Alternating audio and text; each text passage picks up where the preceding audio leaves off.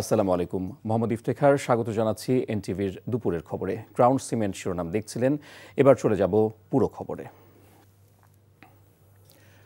শেখ হাসিনা ও আসাদুজ্জামান খান কামালের মৃত্যুদণ্ডের রায়ের কপি জেলা ম্যাজিস্ট্রেটের কাছে আগামীকাল পাঠানো হতে পারে বলে জানিয়েছেন আন্তর্জাতিক অপরাধ ট্রাইব্যুনালের রেজিস্ট্রার কার্যালয়। গণমাধ্যমের প্রশ্নের জবাবে কর্মকর্তারা জানান, সাবেক আইজিপি চৌধুরী আবদুল্লাহ আল মামুনকে 453 পৃষ্ঠার পূর্ণাঙ্গ রায়ের কপি সরবরাহ করা হবে, তবে ঢাকা জেলা ম্যাজিস্ট্রেটের কাছে শুধুমাত্র রায়ের আদেশের অংশটুকু পাঠানো হবে। গতকাল জুলাই আগস্টে সংগঠিত মানবতা বিরোধী অপরাধের দায়ে সাবেক প্রধানমন্ত্রী শেখ হাসিনা ও সাবেক স্বরাষ্ট্রমন্ত্রী আসাদুজ্জামান খান কামালকে মৃত্যুদণ্ডের সাজা দেয় আন্তর্জাতিক অপরাধ ট্রাইব্যুনাল। একই সঙ্গে সাবেক আইজিপি চৌধুরী আবদুল্লাহ আল মামুনকে দেয়া হয় 5 বছরের কারাদণ্ড। পাশাপাশি জুলাই অভ্যুত্থানের প্রথম শহীদ রংপুর বেগম রোকেয়া বিশ্ববিদ্যালয়ের শিক্ষার্থী আবু সাইদ হত্যার ঘটনায় মানবতা বিরোধী অপরাধের মামলায় 15তম দিনে 19তম সাক্ষী শানে রৌনক বসুনিয়া সাক্ষ্য দিয়েছেন।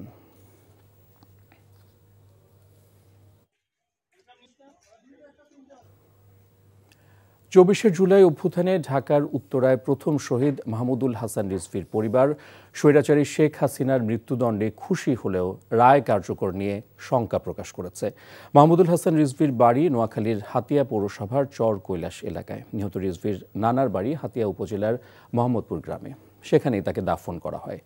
রিজভীর মামা আবুল খায়ের সোহেল বলেন, 18 জুলাই উত্তরায় কিছু বুঝে ওঠার আগেই একটি গুলি লাগে রিজভীর মাথায়। পরে তাকে আহত অবস্থায় স্থানীয় ক্রিসেন্ট হাসপাতালে নিয়ে যায় তার বন্ধুরা, সেখানেই তার মৃত্যু হয়। শেখ হাসিনাকে দ্রুত দেশে এনে মৃত্যুদণ্ড কার্যকর করার দাবি জানিয়েছে শহীদ রিজভীর পরিবার।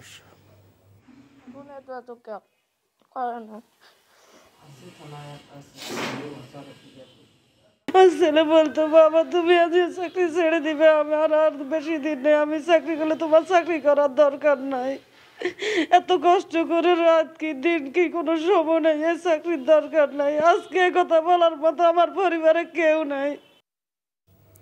জাতীয় সংসদ নির্বাচনকে সামনে রেখে 40,000 বডি ক্যাম কেনার কথা আগে বলা হলেও সে সংখ্যা কমবে বলে জানিয়েছেন অর্থ উপদেষ্টা ডক্টর সালাউদ্দিন আহমেদ। সকালে সচিবালয়ে সরকারি ক্রয় সংক্রান্ত উপদেষ্টা পরিষদ কমিটির সভা শেষে একথা জানান তিনি।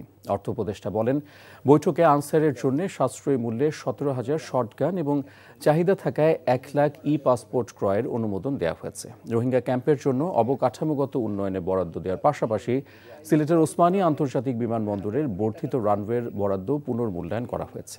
এলসি খোলার ব্যাপারে বাংলাদেশ ব্যাংক আগের চেয়ে নমনীয় উল্লেখ করে রোজার আগে চাল গম আমদানি করা হবে বলে জানান অর্থ উপদেষ্টা। বডি ক্যামেরা নিয়ে ওরা একটু পর্যালোচনা করছে। বডি ক্যামেরা প্রথমত ছিল অনেকগুলো করবে, সেটা আমরা বলেছি যে আপনারা পর্যালোচনা করে আসেন, মূল্যটা আসবেন এবং সবচেয়ে ইম্পর্টেন্ট হলো প্রকিউরমেন্টটা কীভাবে করবেন, একটা স্বচ্ছ প্রক্রিয়া যেন প্রকিউরমেন্টটা হয়। সংখ্যাটা কমবে, আমি কত কমবে এখন বলবো না, যখন প্রপোজালটা আসবে তখন আপনারা। এদিকে নির্বাচন বানচালের ষড়যন্ত্রের অংশ হিসেবেই পল্লবী থানা যুবদলের সদস্য সচিব গোলাম কিবরিয়াকে হত্যা করা হয়েছে বলে অভিযোগ করেছে যুবদল। সকালে ঢাকা মহানগর দক্ষিণ যুবদলের আয়োজনে এক মতবিনিময় সভায় এমন অভিযোগ করেন সংগঠনটির সভাপতি আব্দুল মোনায়েম মুন্না ও সাধারণ সম্পাদক নুরুল ইসলাম নয়ন। এ সময় তারা অভিযোগ করেন, নির্বাচন বানচালে কিছু কৌশল অবলম্বন করে কাজ করছে কুশীলবরা। অন্তর্বর্তী সরকারের দুর্বলতার কারণেই দেশে এসব ঘটনা ঘটছে বলেও দাবি করেন তারা। আর এর মাধ্যমে নির্বাচনকে বাধাগ্রস্ত করার চেষ্টায় আছে একটি মহল। তারা আরও বলেন, একটি উচ্চাকাঙ্ক্ষী বিতর্কিত ও স্বাধীনতা বিরোধী রাজনৈতিক দল বিএনপির জনপ্রিয়তা ক্ষুণ্ণ করতে সোশ্যাল মিডিয়ায় নানা ধরনের অপপ্রচারে লিপ্ত। নির্বাচনকে যারা প্রলোভিত করতে চান, বাধাগ্রস্ত করতে চান, অনেক ধরনের কৌশলী এবং কুশীলবরা কাজ করছে যাতে বাংলাদেশে নির্বাচন না হয়। নির্বাচন না হলে ওই পক্ষের লাভ, যারা ভোটের মাধ্যমে বাংলাদেশের রাষ্ট্রীয় ক্ষমতা আসতে পারবে না বুঝতে পারছে, তাদের লাভ হবে, কিন্তু জনগণের ক্ষতি হবে। স্বৈরাচার শেখ হাসিনার শেষ পরিণতি নিজেদের সব নেতাকর্মীকে ফেলে নিজ পরিবারের সদস্যদের নিয়ে দেশ থেকে পালিয়ে যায়। যারা নিজের দেশের সাথে এবং জনগণের সাথে প্রতারণা করে তাদের পতন এভাবেই হয় বলে মন্তব্য করেছেন বিএনপির সিনিয়র যুগ্ম মহাসচিব ও আমরা বিএনপি পরিবারের উপদেষ্টা রুহুল কবির রিজভী। সকালে বগুড়ায় বিএনপির ভারপ্রাপ্ত চেয়ারম্যান তারেক রহমানের জন্মদিন উপলক্ষে আয়োজিত দিনব্যাপী ফ্রি মেডিকেল ক্যাম্প রক্তদান কর্মসূচির উদ্বোধনী অনুষ্ঠানে এসব কথা বলেন তিনি। এ সময় প্রায় 1.5 শতাধিক অসহায় মানুষের মাঝে হুইল চেয়ার, মেধাবী শিক্ষার্থীদের মাঝে বই বিতরণ করা হয়। এছাড়াও কৃষকদের মাঝে কৃষি পণ্য, বীজ ও সার বিতরণ করা হয়। এছাড়াও দিনব্যাপী বিনামূল্যে চিকিৎসা সেবা ও ওষুধ বিতরণ করা হয়। জগন্নাথ বিশ্ববিদ্যালয় কেন্দ্রীয় শিক্ষার্থী সংসদ যক্ষ নির্বাচনে প্যানেল ঘোষণা করেছে বাংলাদেশ ইসলামী ছাত্র শিবির। তাদের প্যানেলের নাম দেয়া হয়েছে অদম্য জবিয়ান ঐক্য। এ প্যানেলে ভিপি পদে লড়বেন জগন্নাথ বিশ্ববিদ্যালয়ের ছাত্র শিবিরের সভাপতি রিয়াজুল ইসলাম। জিএস পদে প্রতিদ্বন্দ্বিতা করবেন সংগঠনটির বিশ্ববিদ্যালয় শাখার সেক্রেটারি আব্দুল আলিম আরিফ এবং এজিএস পদে লড়বেন বৈষম্য বিরোধী ছাত্র আন্দোলনের কেন্দ্রীয় সহ সমন্বয়ক মাসুদ রানা। দুপুরে বিশ্ববিদ্যালয়ের ভাষা শহীদ রফিক ভবনের সামনে সংবাদ সম্মেলনে তাদের নাম ঘোষণা করেন দলটির কেন্দ্রীয় সেক্রেটারি জেনারেল নুরুল ইসলাম সাদ্দাম। এছাড়া প্যানেলের বিজ্ঞান ও প্রযুক্তি পদে প্রাণ রসায়ন বিভাগের শিক্ষার্থী সুখিমন, আন্তর্জাতিক সম্পাদক পদে নওশিন জয়া সহ বেশ কয়েকটি পদে নারী শিক্ষার্থীর নাম ঘোষণা করা হয়। ভিপি হিসেবে প্রতিদ্বন্দ্বিতা করবেন ইসলামী ছাত্র শিবিরের কেন্দ্রীয় কার্যকরী পরিষদের অন্যতম সদস্য, জগন্নাথ বিশ্ববিদ্যালয় শাখার সম্মানিত সভাপতি, জগন্নাথ বিশ্ববিদ্যালয়ের আইন বিভাগের 14 ব্যাচের শিক্ষার্থী রিয়াজুল ইসলাম। জিএস হিসেবে যিনি প্রতিদ্বন্দ্বিতা করবেন জগন্নাথ বিশ্ববিদ্যালয়ে আইন ও ভূমি প্রশাসন বিভাগের 14 ব্যাচের শিক্ষার্থী, ইসলামী ছাত্র শিবিরের জগন্নাথ বিশ্ববিদ্যালয় শাখার সেক্রেটারি আব্দুল আলিম আরিফ।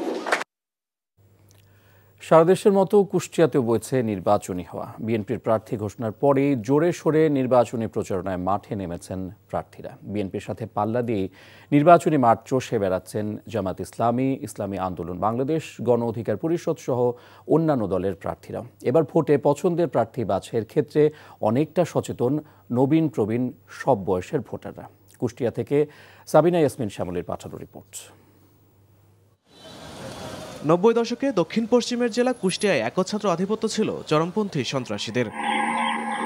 খুন, রাহাজানি, মুক্তিপণ, ডাকাতি সহ অসংখ্য অপরাধের সাথে যুক্ত ছিল এসব সংগঠন। আইনশৃঙ্খলা বাহিনীর কঠোর পদক্ষেপে একটা সময় জনমনে স্বস্তি ফিরলেও সম্প্রতি আবারও মাথাচাড়া দিয়ে উঠেছে বেশ কয়েকটি সন্ত্রাসী গোষ্ঠী। স্থানীয়দের অভিযোগ, এসব বাহিনী পরিচালিত হচ্ছে বিভিন্ন রাজনৈতিক দলের ছত্রছায়ায়। তাই প্রভাব বিস্তারের শঙ্কা আছে আগামী জাতীয় সংসদ নির্বাচনে। প্রশাসনের উচিত দায়িত্বশীল জায়গা থেকে এই লুট হওয়া অস্ত্রগুলো পুনরুদ্ধার করা এবং সামনে যে নির্বাচন আসছে নির্বাচনে যাতে এই অস্ত্রগুলো ব্যবহার না হয় সেদিকে নজরদারি বাড়ানো। আসন্ন ত্রয়োদশ জাতীয় সংসদ নির্বাচন ঘিরে এরই মধ্যে কুষ্টিয়ার 4টি আসনে প্রার্থী ঘোষণা করেছে বিএনপি, জামাতে ইসলামী, ইসলামী আন্দোলন সহ বিভিন্ন রাজনৈতিক দল। দলীয় প্রার্থী মনোনীত হওয়ার পর থেকে দিনরাত ভোটের মাঠ চষে বেড়াচ্ছেন দলীয় নেতাকর্মীরা। এত সব দল আর প্রার্থীদের মধ্যে নতুন ভোটাররা অবশ্য বলছেন ভিন্ন কথা। তাদের চাওয়া সৎ, যোগ্য, দেশপ্রেমিক ও মানুষের কল্যাণে কাজ করবে এমন প্রার্থীকেই বেছে নেবেন তারা। এমন একজন প্রার্থীকে ভোট দিতে চাই যে আমাদের দুর্নীতির সাথে কখনো জড়িত থাকবেন এবং কোনোদিন ভোট দিতে জাতি পারি নাই। আমরা এমন একটা সরকার মাধ্যমে জাতি চাই যাতে একটা ভালো প্রার্থীর দিকে ভোট দিতে চাই। নির্ভেজাল ভোট হবে, আমরা আরামে ভোট দিতে পারবো। এমন কোনো প্রার্থী আসুক যাতে আমাদের এই নদী ভাঙনটা রক্ষা করতে পারে। এলাকার যারা উন্নয়ন এবং আমাদের সমাজে যে বিভিন্ন চাঁদাবাজি হচ্ছে এই বিষয়গুলো যারা রুখতে পারবে আমরা সেই রকম মানুষকে আর কি বেছে নেওয়ার চিন্তা ভাবনা করতেছি। আসন্ন নির্বাচন সুষ্ঠু করতে অপরাধ নিয়ন্ত্রণে কঠোর অবস্থানে রয়েছে পুলিশ সহ বিভিন্ন আইন শৃঙ্খলা বাহিনী। অস্ত্র উদ্ধারে আমরা পুলিশ, সেনাবাহিনী, র্যাব এবং বিজিবি চেষ্টা করতেছে। আশা করি নির্বাচনের আগে বেশ কিছু উদ্ধার হবে এবং আমরা আশা করি যে নির্বাচন শান্তিপূর্ণভাবেই হবে। স্বচ্ছ, পরিচ্ছন্ন দেশ ও মানুষের কল্যাণে কাজ করবে এমন সর্বজন গৃহীত মানুষকে প্রার্থী করতে রাজনৈতিক দলগুলোর প্রতি আহ্বান জানান জেলার বাসিন্দারা। NTV news desk. আর এই ছিল দুপুরের খবর। এই খবরের ভিডিও সহ আপডেট জানতে ভিজিট করুন এনটিভি অনলাইন www.ntvbd.com। এছাড়াও এনটিভির জনপ্রিয় সব অনুষ্ঠান ও খবরের আপডেট জানতে ভিজিট করুন আমাদের ইউটিউব ও ভেরিফাইড ফেসবুক পেজ। 5টায় দেশের খবর দেখার আমন্ত্রণ রইল। ধন্যবাদ সবাইকে।